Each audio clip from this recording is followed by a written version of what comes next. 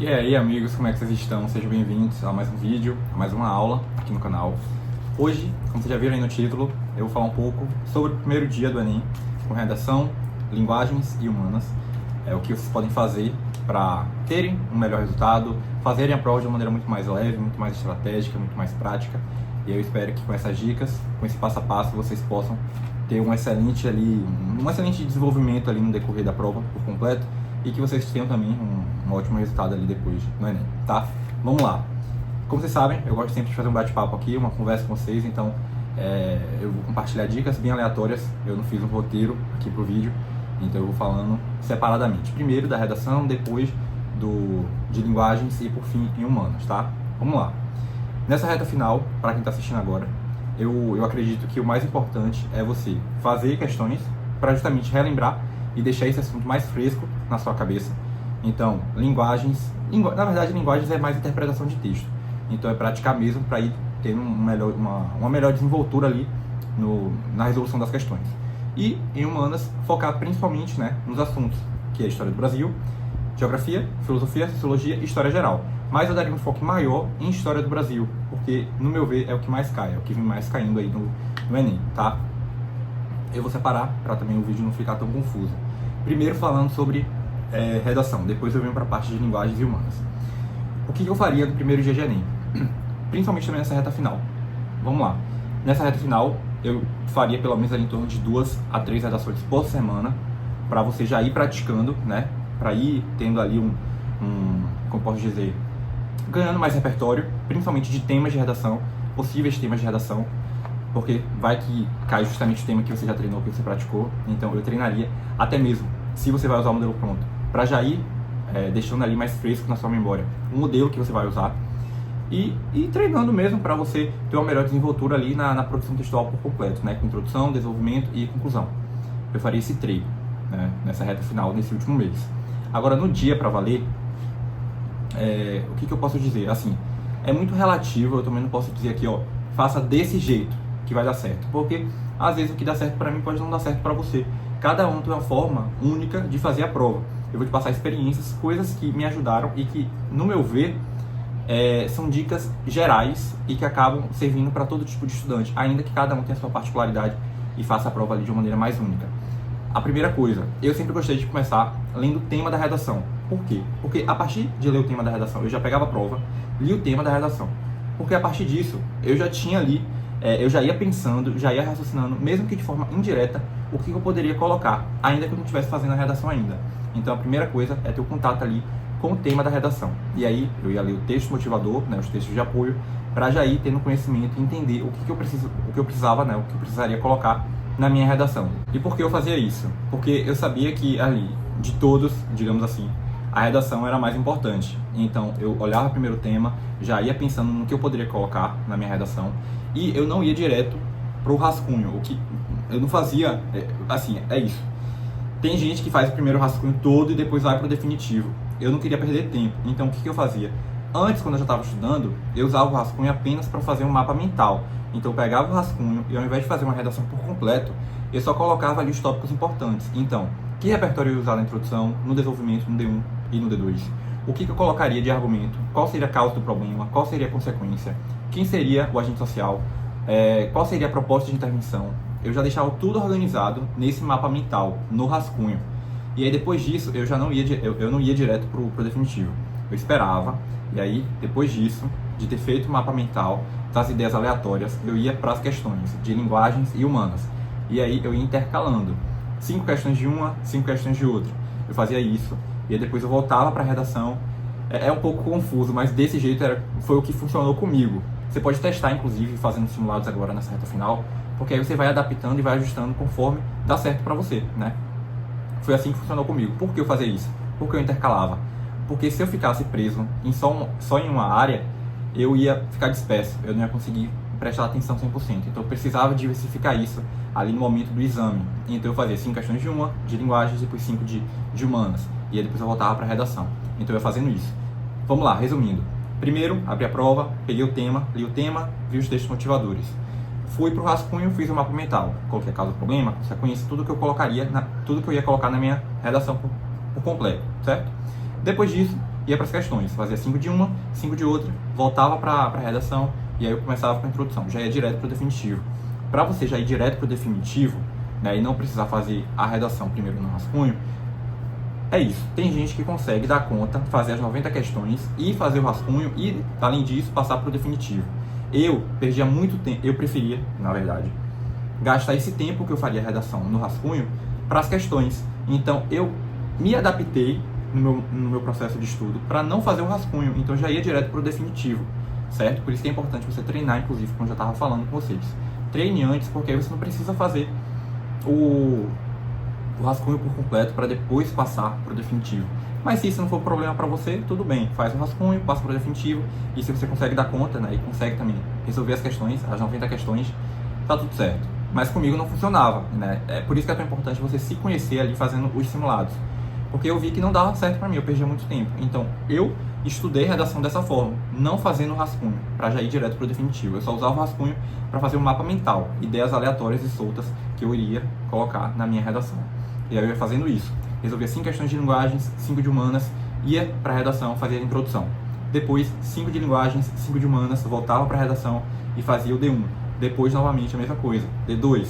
Depois, resolvia as questões novamente, 5 de uma, 5 de outra, e aí eu finalizava a conclusão. Aí a minha redação estava pronta. Claro que aí eu já não teria conseguido ainda resolver todas as questões de humanas, mas eu já tinha resolvido grande parte ali das questões, em torno de umas 40, né, mais ou menos. E aí, o que eu faria? São dicas agora, gerais, como eu estava falando com vocês. Essas 5 questões de cada, que eu ia intercalando, eu não pegava aleatoriamente. Eu abria as questões, depois de ver o tema da redação, eu abria as questões, tanto de linguagens como de humanas, e eu ia circulando, só circulando. Eu não respondia, eu só circulava. Aquelas questões que eu bati o olho e sabia que eu ia responder de forma rápida. Sempre tem aquelas questões, principalmente, por exemplo, em linguagens. As questões de charges, questões pequenas, fáceis, simples, sempre tem. Então, eu deixava para responder as questões mais fáceis no início. Por que eu fazia isso? Para eu me sentir mais confiante, porque eu pensava, pô, eu estou conseguindo responder, tá dando certo. Porque imagina aí, você está começando a prova e já bate cabeça, né, já pega uma questão difícil, que você vai demorar.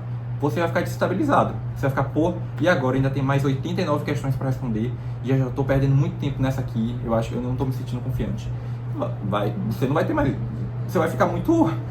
como posso dizer, preocupado, né, ansioso, desesperado nesse sentido. Então, para você se ajudar nesse sentido, comece primeiro pelas questões mais fáceis, porque isso vai ser muito bom e muito mais produtivo para você. E você vai seguir uma linha de raciocínio, uma linha de coerência muito boa, principalmente por conta do TRI. Porque, por exemplo, vamos lá, não adianta nada você acertar uma questão difícil e errar uma questão fácil. Vai dar a entender que você chutou e a sua nota vai descer, né, por conta do TRI, todo o sistema lá que eles têm. Então, o ideal é que você seja coerente nesse sentido. Comece pelas questões fáceis, vá para as medianas e termine com os níveis mais difíceis de dificuldade no final, certo? É o que eu faria, e é justamente o que eu fiz. Então, assim, circule as questões mais fáceis, e aí, quando você for fazendo esse método, 5 uma, 5 outra, redação, 5 uma, 5 outra, e redação, você vai pegando as questões mais fáceis primeiro para ir respondendo. Outra coisa que eu fazia que me ajudava muito também, quando eu marcava, eu já tinha certeza que eu não ia mudar de ideia, que era uma questão fácil, que eu tinha certeza que era aquela alternativa. Eu já passava direto pro gabarito. Eu não deixava para passar pro gabarito tudo no final da prova, porque eu queria otimizar tempo e eu também evitaria ali um possível erro, digamos assim, na hora de pintar o gabarito, né? Na pressa, acabar pulando uma e aí ia desandar tudo, né? O gabarito todo ia estar errado. Então, eu pensava até nisso também. Se eu já marquei aquela alternativa, que eu sei que eu não ia mudar de ideia, que seria aquela dali, por que eu vou empurrar, vou deixar, né, postergar para depois? Passa logo pro gabarito, pinta logo ali, que já é um problema a menos.